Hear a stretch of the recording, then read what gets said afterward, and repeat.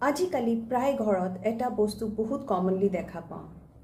হেতু হল যেতিয়া গেস্ট আহে আমাৰ বাচ্চাৰ কাৰণে চকলেট চিপছ কেণ্ডিজ আৰু বিভিন্ন ধৰণৰ পেকেট জাংক ফুড লৈ আহে আৰু এইটো যোনটো আমি দেখাত একেবাৰে হেৰি ভাবো কি একো নহয় এবাৰ আনিছে হেতু আগত গৈ আপোনাৰ বাচ্চাক বহুত দিগদাৰি কৰিব পাৰে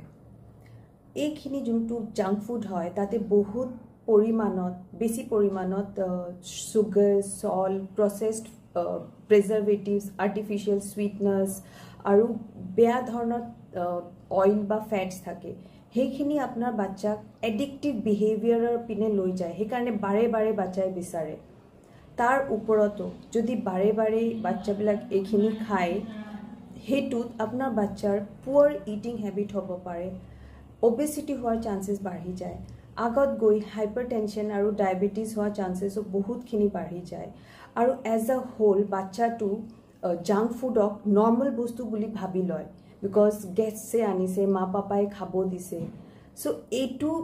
বিষয়টো এতিয়া এটা আৰ্জেন্ট বিষয় হৈ পৰিছে আপনি যদি এতিয়া এইটো বস্তু কথা নাপাতে গেষ্টৰ লগত বা এইখিনি বস্তু নৰ্মালাইজ কৰি দিয়ে আগত গৈ আপোনাৰ বাচ্চাৰ হেলথটো খুবেই বেছি বেয়া হৈ যাব পাৰে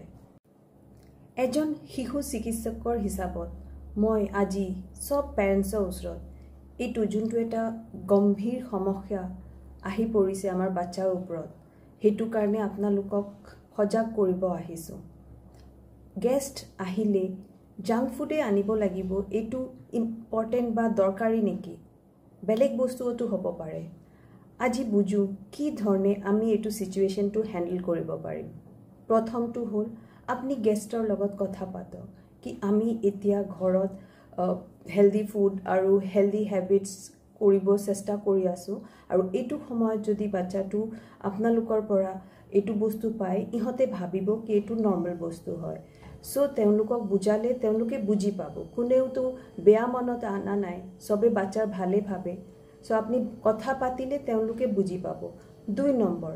আপনি তেওঁলোকক অপশন দিব পাৰে কি জাংক ফুডৰ বাহিৰে আৰু কি আনিব পাৰে কিতাপ আনিব পাৰে আৰ্টস এণ্ড ক্ৰাফটস আনিব পাৰে পাজল আনিব পাৰে আৰু হেলদি অপশন আনিব পাৰে যেনেকৈ ড্ৰাই ফ্ৰুটস আৰু ফ্ৰুটস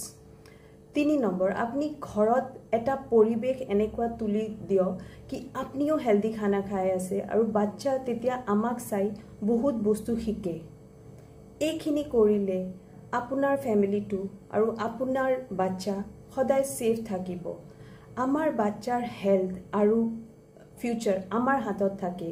আমি তেওঁলোকক প্ৰটেক্ট কৰিব লাগে